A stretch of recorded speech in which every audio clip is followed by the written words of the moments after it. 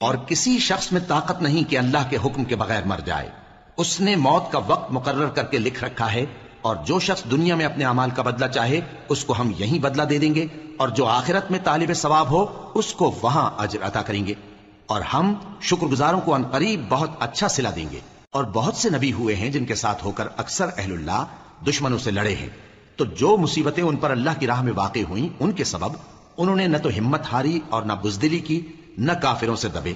اور اللہ استقلال رکھنے والوں کو دوست رکھتا ہے.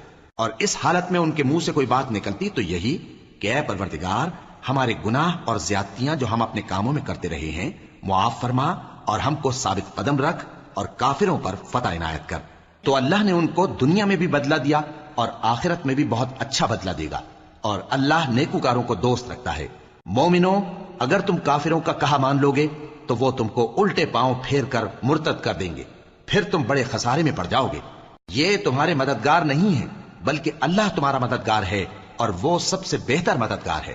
ہم عنقریب کافروں کے دلوں میں رعب بٹھا دیں گے، کیونکہ یہ اللہ کے ساتھ شرک کرتے ہیں جس کی اس نے کوئی بھی دلیل نازل نہیں کی، اور ان کا ٹھکانہ دوزخ ہے، وہ ظالموں کا بہت برا ٹھکانہ ہے. اور اللہ نے تم سے اپنا وعدہ سچا کر دیا، یعنی اس وقت جب کہ تم کافروں کو اس کے حکم سے قتل کر رہے تھے، یہاں تک کہ جو تم چاہتے تھے اللہ نے تم کو دکھا دیا. اس کے بعد تم نے ہمت ہار دی اور پیغمبر کے حکم کی تعمیل میں جھگڑا کرنے لگے، اور تم نے اس کی نافرمانی کی. بعض تو تم میں سے دنیا کے طلبگار تھے اور بعض آخرت کے طالب.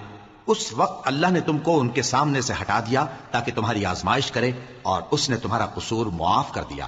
اور اللہ مومنوں پر بڑا فضل کرنے والا ہے. وہ وقت بھی یاد کرنے کی لائق ہے جب تم لوگ دور بھاگے جاتے تھے اور کسی کو پیچھے پھر کر نہیں دیکھتے تھے، اور رسول اللہ صلی اللہ علیہ وآلہ وسلم تم کو تمہارے پیچھے کھڑے بلا رہے تھے. تو اللہ نے تم کو غم پر غم پہنچایا تاکہ جو چیز تمہارے ہاتھ سے جاتی رہی یا جو مصیبت تم پر واقع ہوئی ہے اس سے تم غمگین نہ ہو. اور اللہ تمہارے سب اعمال سے خبردار ہے.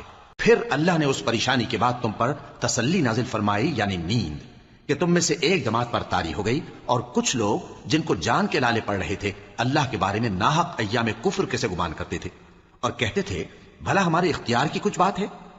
تم کہہ دو کہ بے شک سب باتیں اللہ ہی کے اختیار میں ہیں. یہ لوگ بہت سی باتیں دلوں میں مخفی رکھتے ہیں جو تم پر ظاہر نہیں کرتے تھے. کہتے تھے کہ ہمارے بس کی بات ہوتی تو ہم یہاں قتل ہی نہ کیے جاتے. کہہ دو کہ اگر تم اپنے گھروں میں بھی ہوتے تو جن کی تقدیر میں مارا جانا لکھا تھا وہ اپنی اپنی قتل گاہوں کی طرف ضرور نکل آتے.